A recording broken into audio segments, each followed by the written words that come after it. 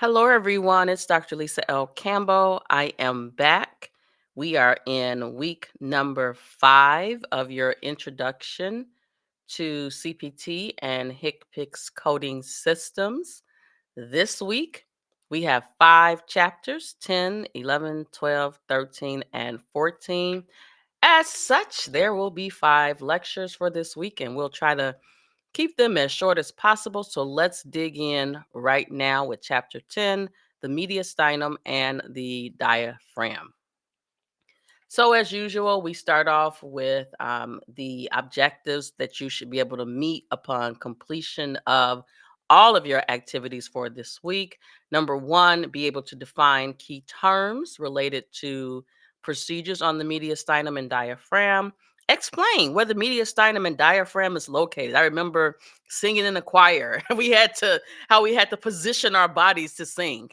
Number three, define the common procedures performed on the mediastinum and diaphragm, select codes, and then identify and code procedures based on case studies. All right, so the mediastinum and diaphragm subsection of the surgery section, this is like at the end of, where we started with the respiratory system. These codes are used to code procedures completed in the mediastinum. Watch this, in the mediastinum and on the diaphragm.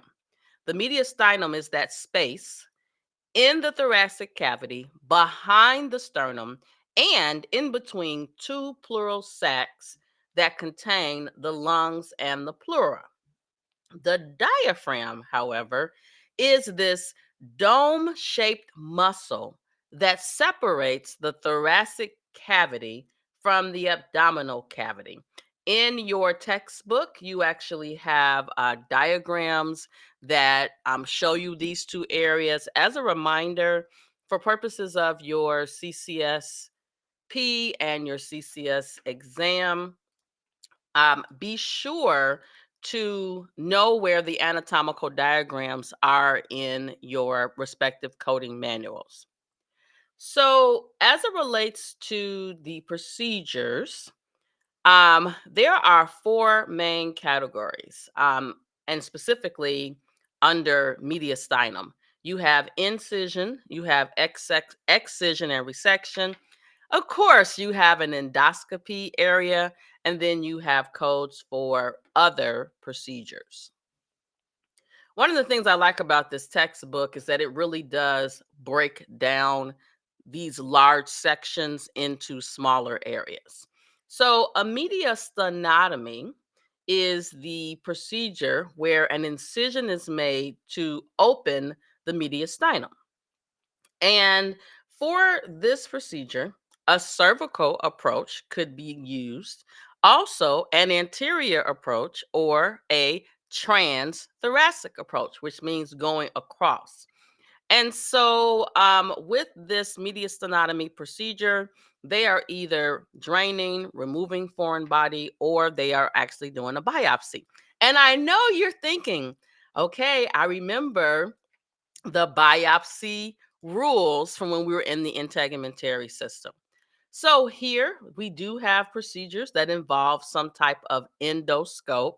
And in this case, it is a mediastinoscope, which is inserted into that lighted, using that lighted scope, right? It's inserted and it's used to visually examine the mediastinum, the trachea, and major vessels found in this area. During this procedure, biopsies can also be completed. And then once they remove the scope, the wound is actually closed up with sutures or some type of steri strips. Now, on to the diaphragm. So, with the diaphragm subsection, you are mostly going to see repairs, but you also have imbrications and resections as well. But most of the codes that you see here are going to be repairs. And you probably are wondering, you said IMBA what? So it's IMBA. So imbrication.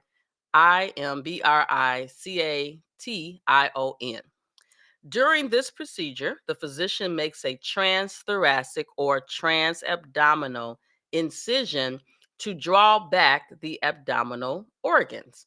And what happens is folds or tucks are then made into the connective tissue, suturing the tissue to the diaphragm to restore the diaphragm to its normal anatomical position.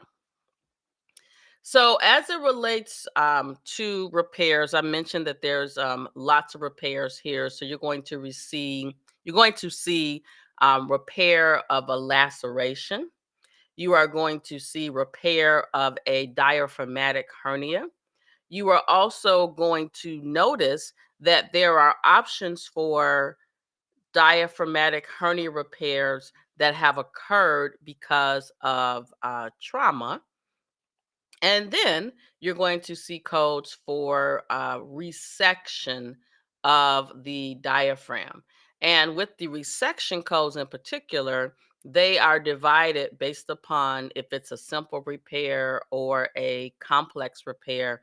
And a complex repair involves repairing the site with local muscle flap or synthetic material to actually patch the area.